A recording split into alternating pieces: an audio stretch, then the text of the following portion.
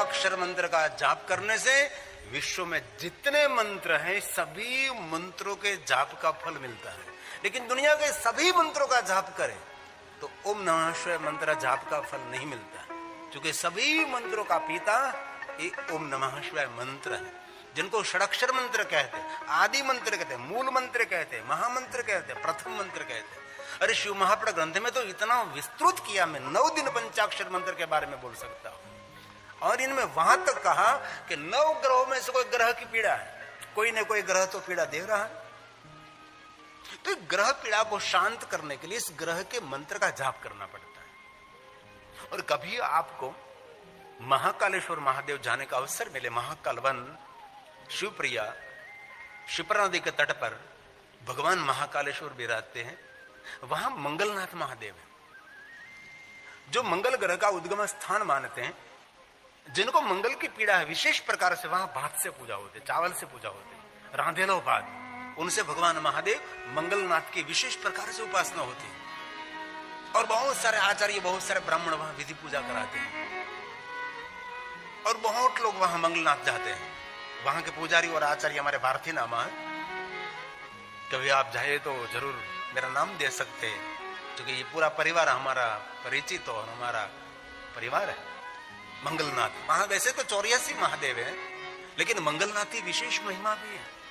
पहला महादेव अगस्त्य महादेव है, जो 84 महादेव है। 84 लाख फेरों में से मुक्त करने के लिए भगवान 84 महादेव के रूप में वहां कल्प प्राचीन भगवान महादेव के स्थान है। इसलिए कोई 9 ग्रहों की पीड़ा है, किसी के मन में रहता है, लेकिन पीड़ा कोई ग्रह नहीं देते हैं। पीड़ा हमारा बुरा कर्म हम सबको पीड़ित करते हैं, कोई ग्रहों की पीड़ा क्या दे सकता है। लेकिन किसी के मन में ऐसा है तो उस ग्रह का मंत्र, ये मंगलनाथ है, टेलीविजन में देख रहे हैं आप, तो ये आचार्यों के पास उस मंत्र का जाप कराते हैं, क्योंकि आप सब नहीं कर सकते, तो हमारे कुल गौर है, कुलाचार्य, उनके पास हम पूजा कराते हैं। परंतु ये मंत्र, ग्रह का मंत्र आपको नहीं कंठस्थ, नहीं आता पता, तो इसके बदले में पंचाक्षर मंत्र का जाप करें। और मैं एक हृदय से बात कहना चाहता हूं, जो नित्य पंचाक्षर मंत्र का जाप करते हैं उनको कोई पितरों की पीड़ा, कोई ग्रहों की पीड़ा, जीवन में कोई भी पीड़ा नहीं रहेगी, जो पंचाक्षर मंत्र का जाप करते हैं। राम मिले तो राम को भी पूछ लीजिए, राम जी आपका इष्ट मंत्र क्या है, तो राम जी कहेंगे पंचाक्षर। और तमने रामनी साथे बो फावे नहीं तो रावण ने जन पूछो, घણા રામ સાથે નો ભાવે તો રાવણ અરે ઘણા લોકોને ભાવે, તો રાવણને જઈને પૂછી લો, રાવણ તું ક્યાં મંત્રનો જાપ કરે છે, તો રાવણ પણ ગૌરવથી કહે છે કે હું પંચાક્ષર મંત્રનો જાપ કરું છું. જપે પંચાક્ષરમ. એક મંત્રનો જાપ કરવાથી વિશ્વના દરેક મંત્રોના જાપ કરવાનો ફળ મળે છે. તેથી અલગ અલગ અલગ મંત્રોનો આશ્રય જરૂર લઈ શકો છો, પણ એક મંત્રમાં દરેક મંત્રો સમાયેલા છે. જેવી રીતે એક શિવલિંગની પૂજા કરીએ તો દરેક દેવી દેવતાઓની પૂજા એક શિવલિંગમાં સમાયેલી છે.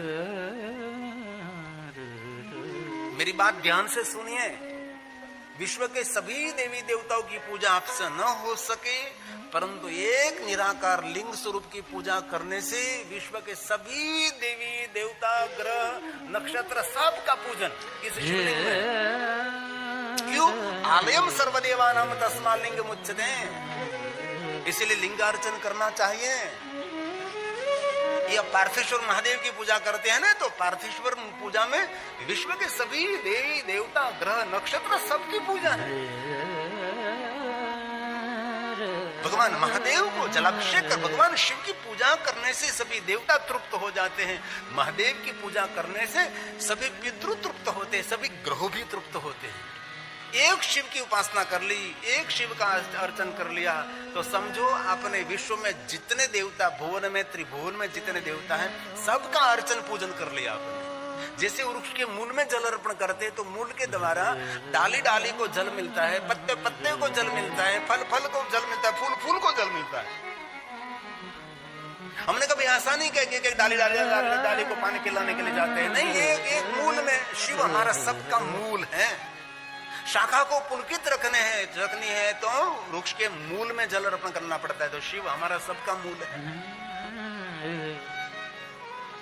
जो आपके समक्ष में कहता हूं, शिव साक्षी स्वरूप उस सम्मत में कहता हूं, शाखा पुष्यंती, शाखा पूजना। महादेव का अर्चन किया तो सबका अर्चन हो गया।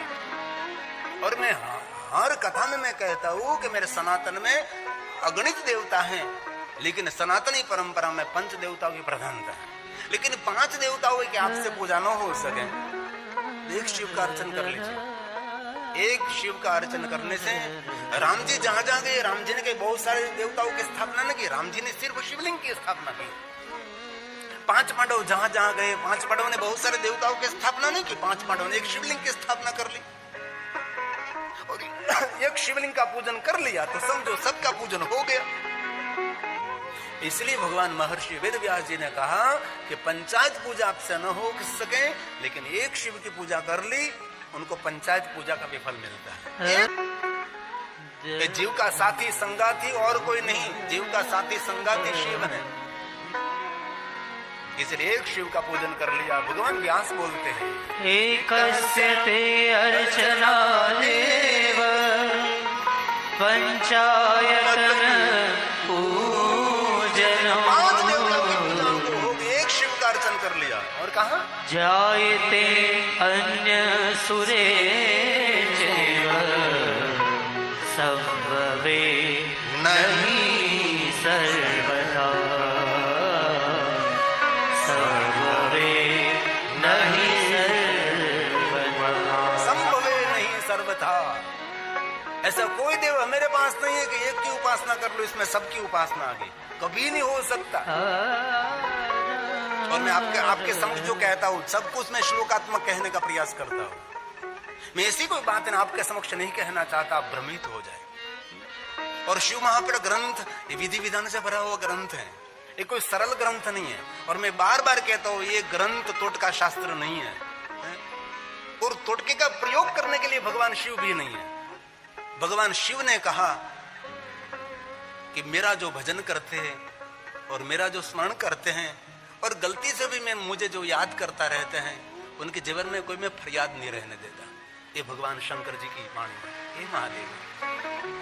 इसलिए जो कुछ मैं कहता हूं आपको श्लोकात्मक कहने का प्रयास करता हूं।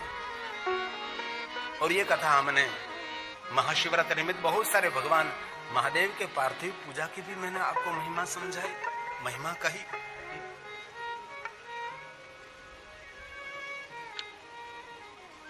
और शिव महापुराण ग्रंथ में यह भी कहा है, प्रातः विधि करम ज्ञेयम। हर व्यक्ति का कर्तव्य है, जो अपना कर्तव्य भूल गया समझो आपका जीवन निष्फलम। क्या कर्तव्य है?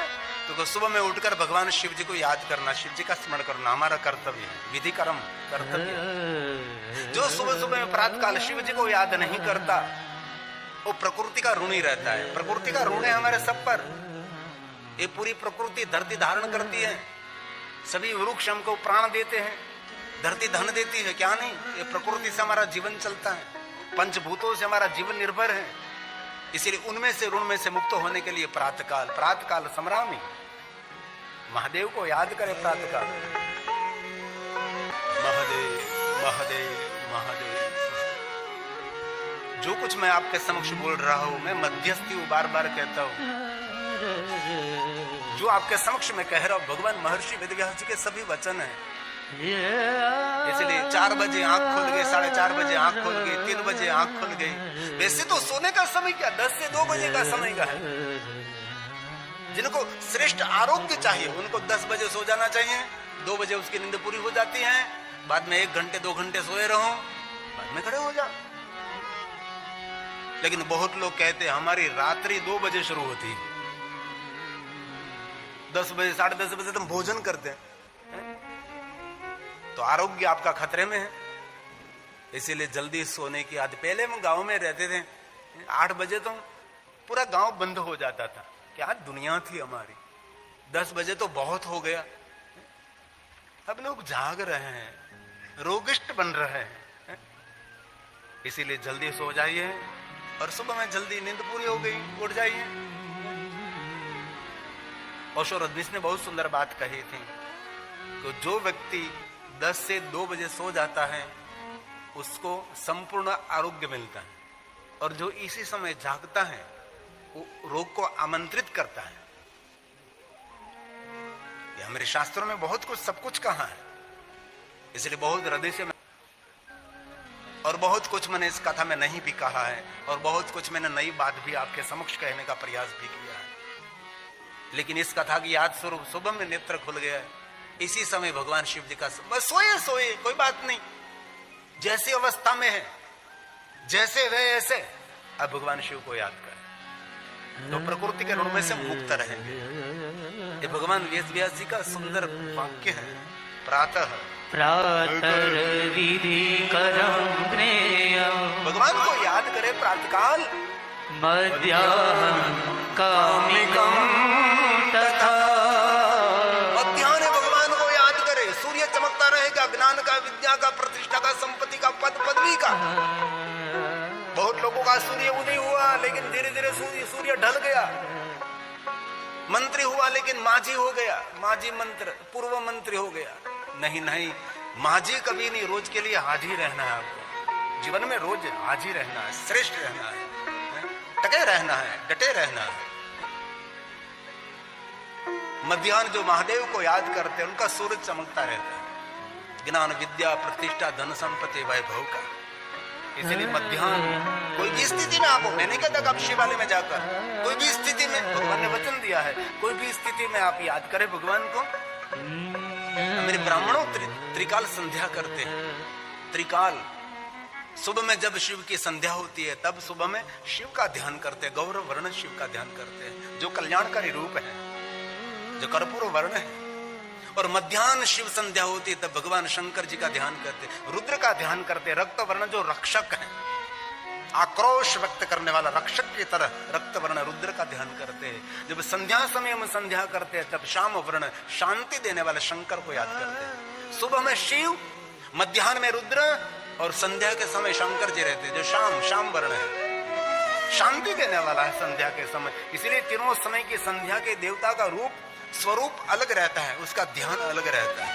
इसलिए बहुत दिल से कहता हूं, कोई भी स्थिति में आप हो जरूर याद करें भगवान को।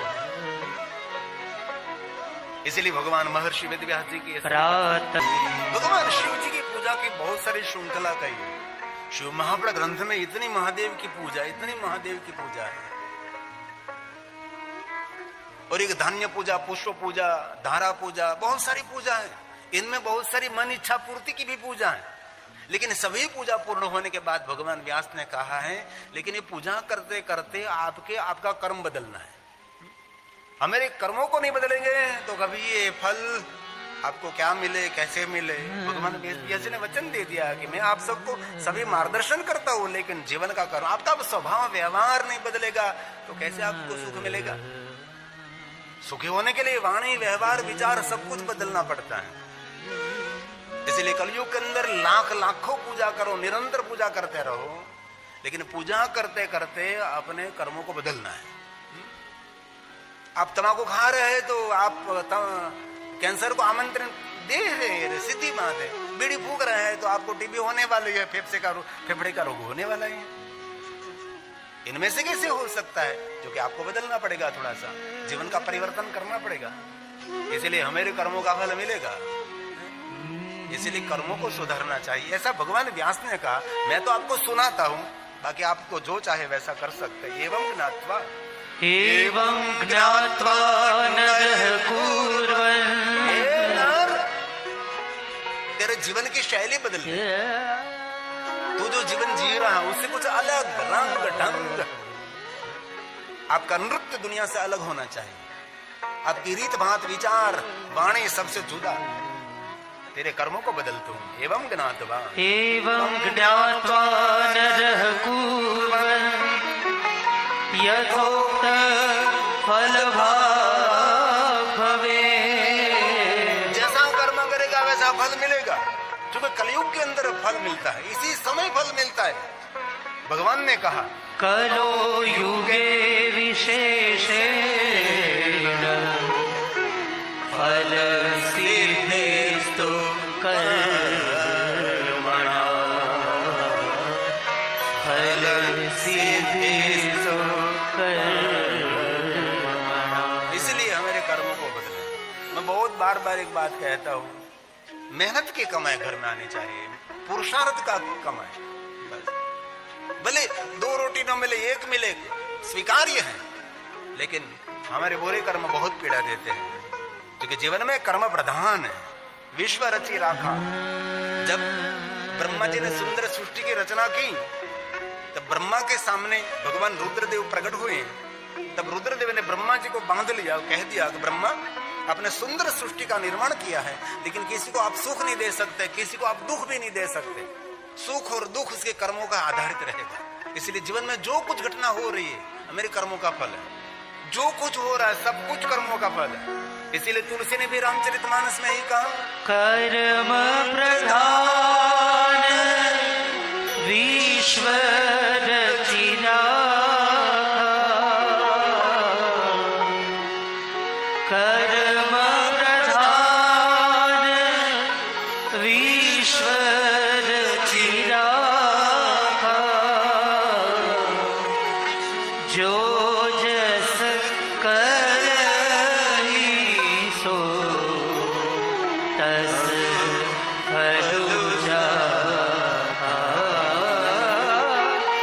जो जस करहि सो तस फल जाहा।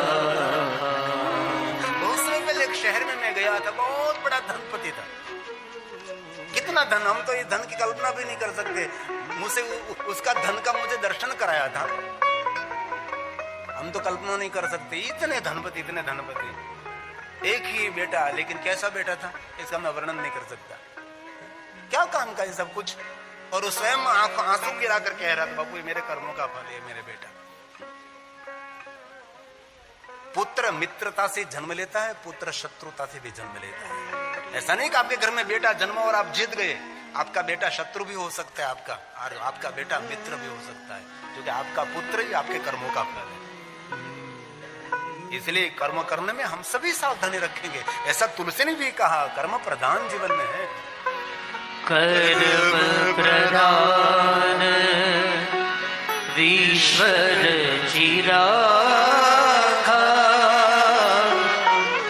जो जस करहि सो तसु फल जाहा, जो जस करहि सो तसु फल जाहा। और तुलसी ने ये भी कह दिया, सकल पदार्थ है जग माय। मनुष्य में इतना सामर्थ्य है, मानव में इतना सामर्थ्य दिया है, मानव जो चाहे वो कर सकता है। पशु की पनिया बने, नर का कछु न हो, नर जो उत्तम करने करे तो नर से नारायण बन सकता है। हम कितने महापुरुषों को याद करते, क्यों याद कर रहे हैं? उन्होंने कुछ किया है। गुजराती में एक बात कहूं, गरीब परिवार में जन्म थो एक घटना है, पण ए ज गरीबाईમાં દુખી થઈને મરી જવું એના ગુનેગાર આપણે હોઈએ છીએ। તેથી કહ્યું सकल पदार्थ है जग माय। सब कुछ जगत में कर्महीन नर पावत। जो काम नहीं करता, जो पुरुषार्थ नहीं करता, अपनी मर्यादा नहीं, तो उसको कुछ भी मिलने वाला नहीं। इसलिए पुरुषार्थ करना चाहिए, मेहनत करनी चाहिए, आलस्य का त्याग करना चाहिए। आप जो चाहे वो आप दुनिया में कर सकते हैं, लेकिन ईश्वर का स्मरण साथ में रखकर। ये तुलसी का वचन है। सकल पदार्थ हे जग माही, सकल पदार्थ। मेहनत करनी पड़ेगी, पुरुषार्थ करना पड़ता है, नीतिमत्ता को ध्यान में रखकर। अनिति का 1 रुपया भी घर में आना नहीं चाहिए, जीवन में नहीं आना चाहिए। आपको तो पीड़ा भोगनी पड़ेगी, आपके बच्चों को भी उसका फल भोगना पड़ेगा। कर्म किसी को छोड़ता नहीं है, इसीलिए रातों रात धनपति बनने की इच्छा को छोड़ दीजिए, धीरे धीरे पहाड़ चढ़िए। इसलिए बहुत लोग हैं ऐसी उल्टी गुल्टी करके धनपति बन जाते हैं, लेकिन हाथ में बाद में कुछ नहीं। हमने तो बहुत लोगों को देखा है, रोते हुए देखा है, उसके आंसू ये धन पर गिरते हैं, धन कोई काम का नहीं रहता।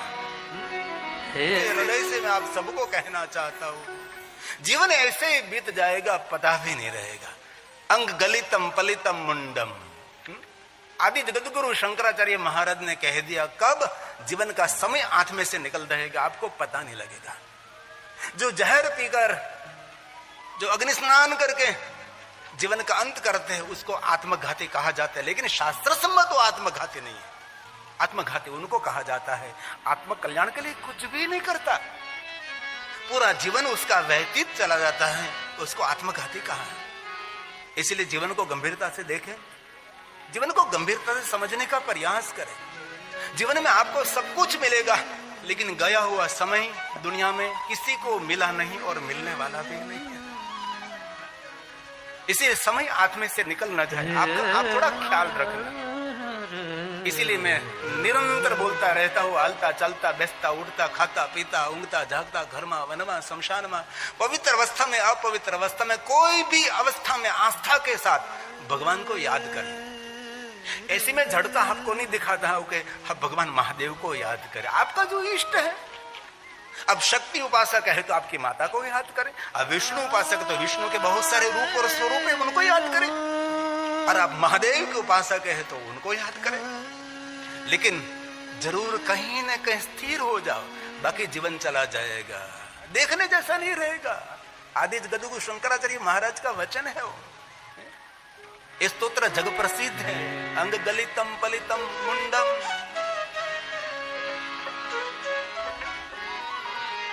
कितनी सावधानी के साथ जीवन की सतर्कता होनी चाहिए। दर्शन विहीनम जातम तुंदम।